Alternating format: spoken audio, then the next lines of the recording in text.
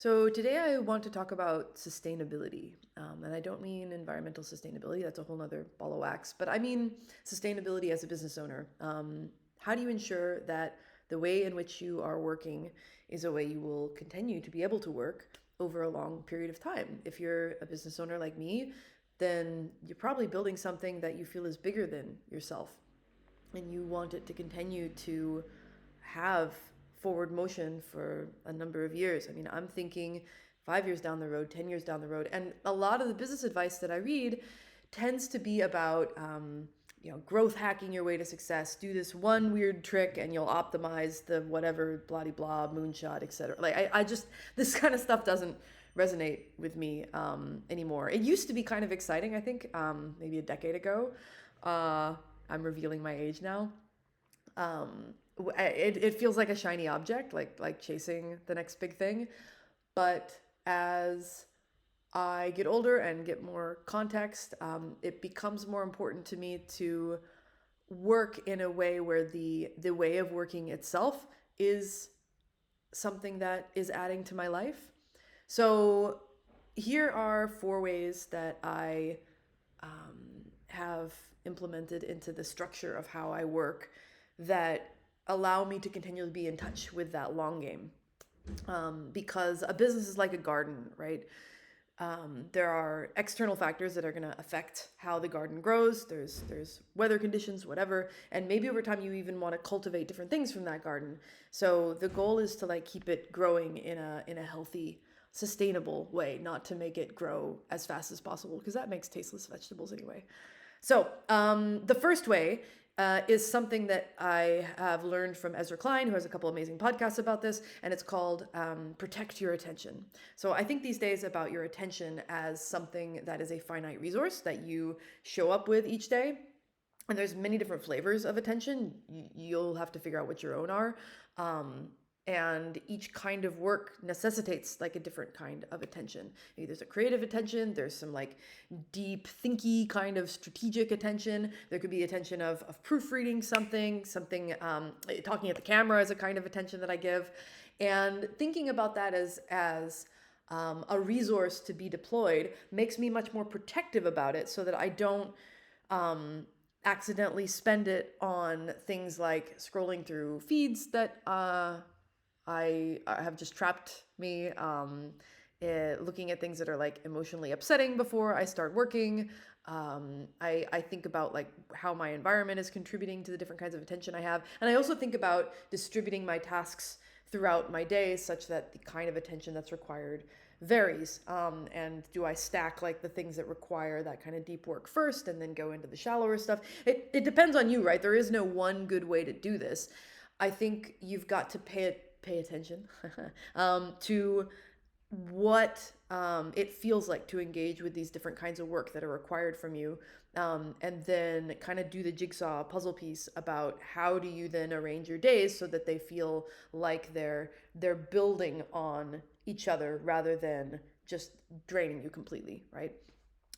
And then the second way that I practice being in touch with sustainability is different like emotional and reflective rituals that my business partner Anna and I have implemented into Strange Birds.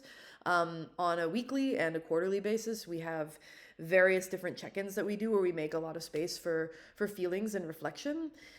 This is that thing about like maybe you want to cultivate something different in your garden. Maybe you haven't noticed that there's a weed growing over there, and we make intentional space through like structures that we've come up with that we do on a regular basis to ensure that we watch for that kind of stuff and we make adjustments where necessary.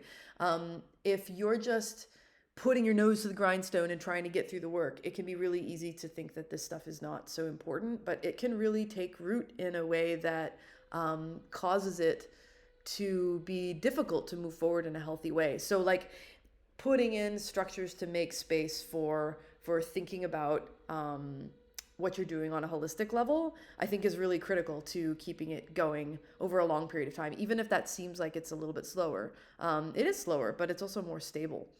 Then the third way that I think about sustainability is through the kind of goals that I keep. I have financial goals, obviously. I like paying the mortgage. But I also have goals about how I spend my time. It's really important to me to keep my late afternoon and evening hours basically free. I have a kid. I like hanging with him. So like that is a concrete goal for the way that I want to do business. How easily I'm able to take out of office time is a thing that I keep watch on. How like emotionally able I am to just close the computer and walk away and not have that work follow me outside of the time that I'm actually working is really important to me.